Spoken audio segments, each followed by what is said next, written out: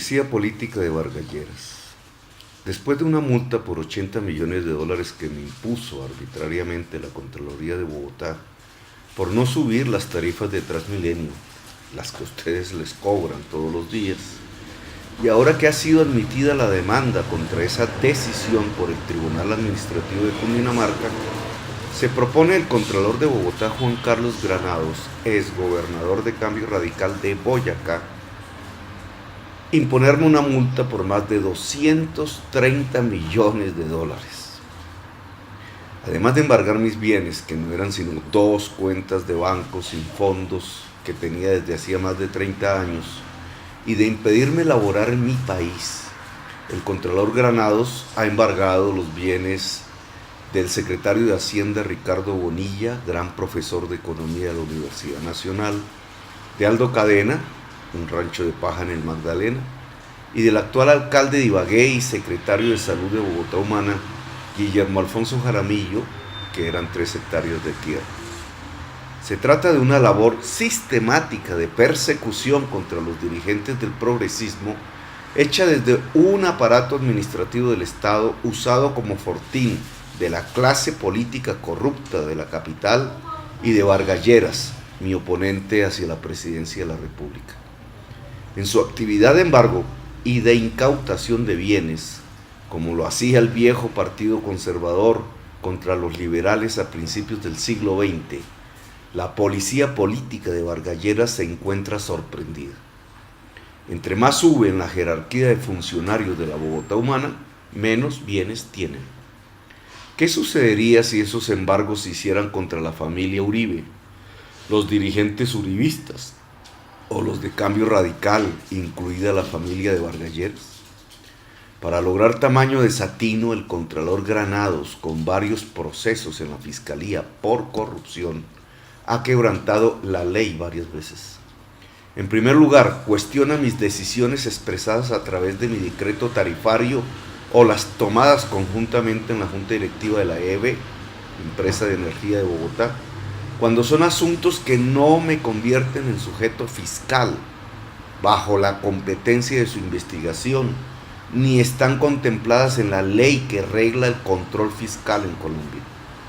Sabedor de ese prevaricato, el Contralor Granados excusa su actuación asimilando para sus procesos administrativos las presunciones de causa grave que se encuentran en la ley de la acción judicial de repetición.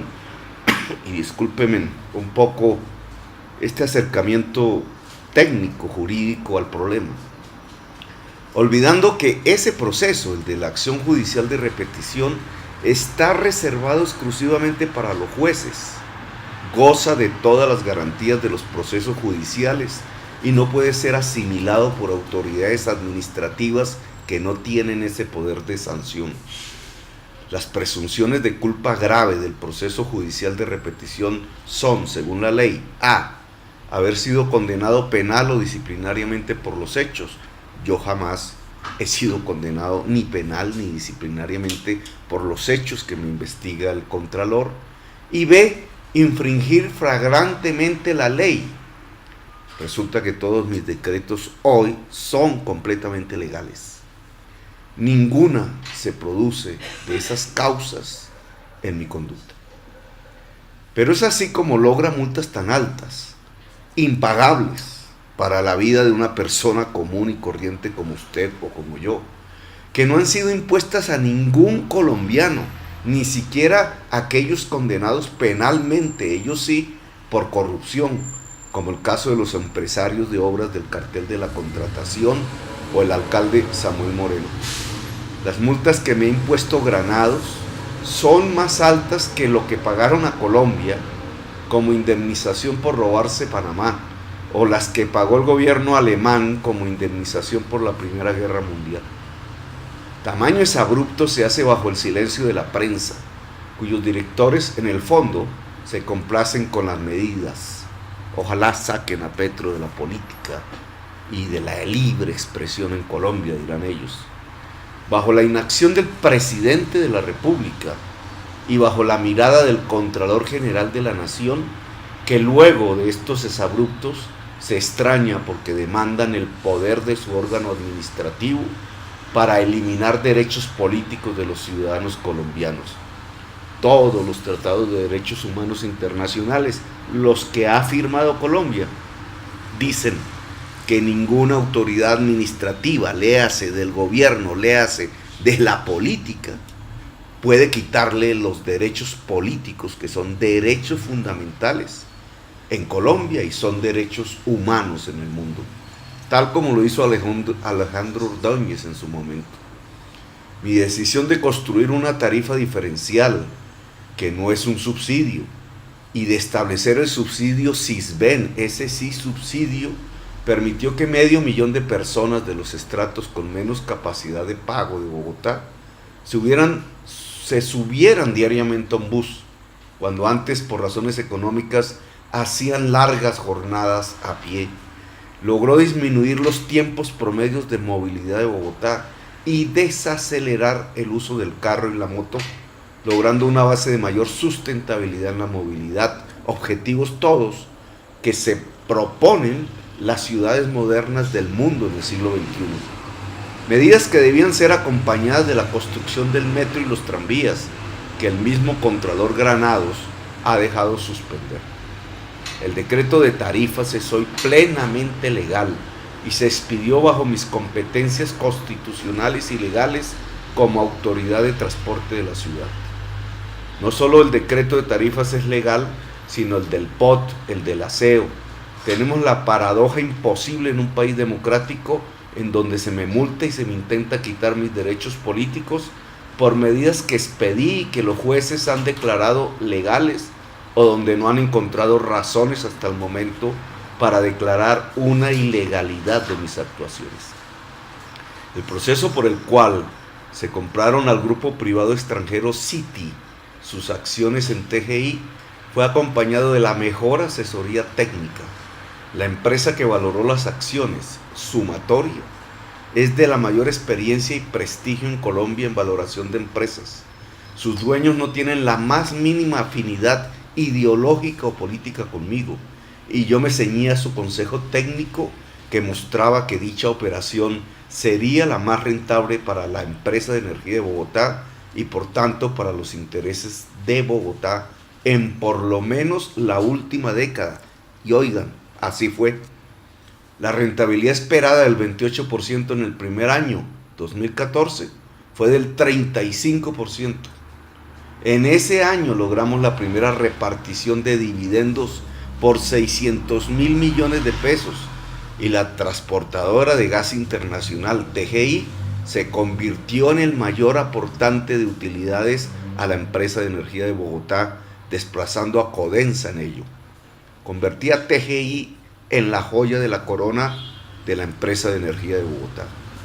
Al contrario del detrimento patrimonial que pregona Granados, la empresa de energía de Bogotá duplicó su valor entre el 2011 y el 2015 de acuerdo al valor de las acciones en la Bolsa de Bogotá, lo cual significa un sustancial incremento del patrimonio de la ciudad de Bogotá.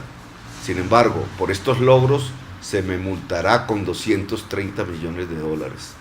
Ni más ni menos demostré, 1, que se pueden comprar y volver más públicas las empresas, y 2, que las empresas públicas bien gerenciadas pueden ser más rentables que las privadas, como lo demostramos en el caso de la EB y de la ETB, si se compara con las acciones de las empresas privadas más grandes de Colombia en el mismo periodo, 2011-2015.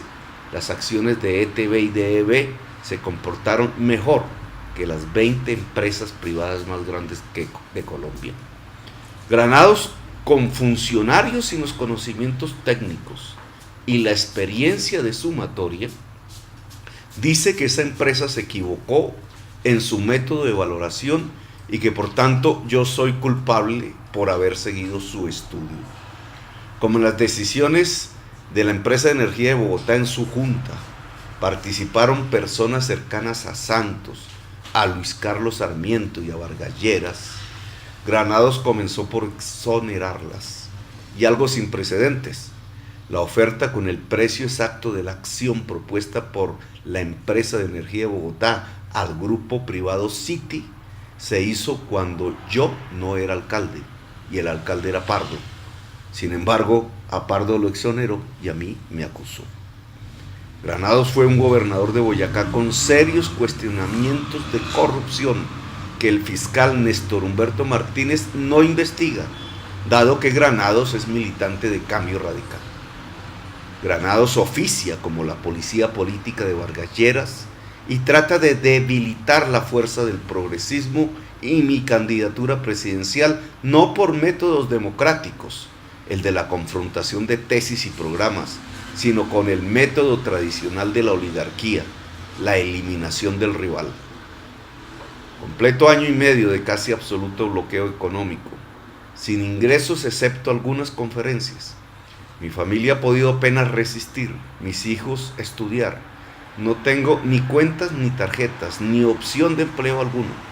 De no ser por los apoyos de simpatizantes en el país que me han permitido que me pueda mantener en Colombia, mi familia tendría vulnerada las condiciones mínimas de su existencia física. Gracias al apoyo de personas humildes y trabajadoras en todo el país, puedo mantener erguida la bandera progresista. Pero Vargas Lleras está preocupado por las encuestas. No entiende del porqué de su fortaleza y agudiza su represión a través de su policía política enquistada en órganos del Estado contra la dirigencia progresista y contra mí.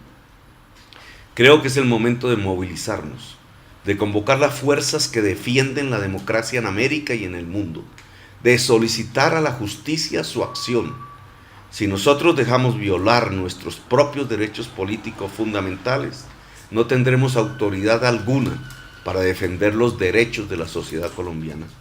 Vargas Lleras está demostrando la clase de gobernante que sería si es elegido. Las posibilidades de la paz y la democracia serían mínimas. Entre más nos persigue es porque más razón y fuerza tenemos. Saben que fuerzas importantes del pueblo nos acompañan y que éstas crecen. Les da enorme temor perder los privilegios que han utilizado para el enriquecimiento ilegal de una clase política que ya no es capaz de gobernar a Colombia. Las acciones de la Contraloría no nos inhabilitan ni para inscribirnos ni para ejercer el cargo de presidente de la República. Si lo hacen, tendrían que cambiar la Constitución y la ley. Las inhabilidades para ser presidente son taxativas y están descritas en la Constitución Nacional, en ningún otro texto. La deuda fiscal no aparece en ellas. Pero con esas acciones arbitrarias buscan construir en el imaginario ciudadano el que gobernamos mal o fuimos descuidados con los recursos del pueblo. Buscan ocultar que son ellos los que han dejado morir centenares de niños de hambre en La Guajira, que han entregado territorios completos a las mafias de la corrupción y del narcotráfico, que dilapidaron miles de millones de dólares de las regalías petroleras y de la renta petrolera en negocios como los de Reficar, las concesiones 4G con sus contratistas de siempre, Odebrecht, Sarmiento, Solarte, que usufructúan el negocio de los recaudos de transporte, del saneamiento básico, con protección de otro de sus integrantes de su policía política, el señor Robledo de la Superintendencia de Industria y Comercio, que entregaron con procedimientos corruptos y contra el interés general de la nación y de los colombianos, Isagen y Café Salud, el agua y la salud. La policía política de esa corrupción es la que nos persigue. Tenemos la conciencia tranquila, pero la gravedad de su acción nos demuestra que no tenemos más opción que ganar. Gracias por haberme escuchado, espero puedan reproducir este mensaje.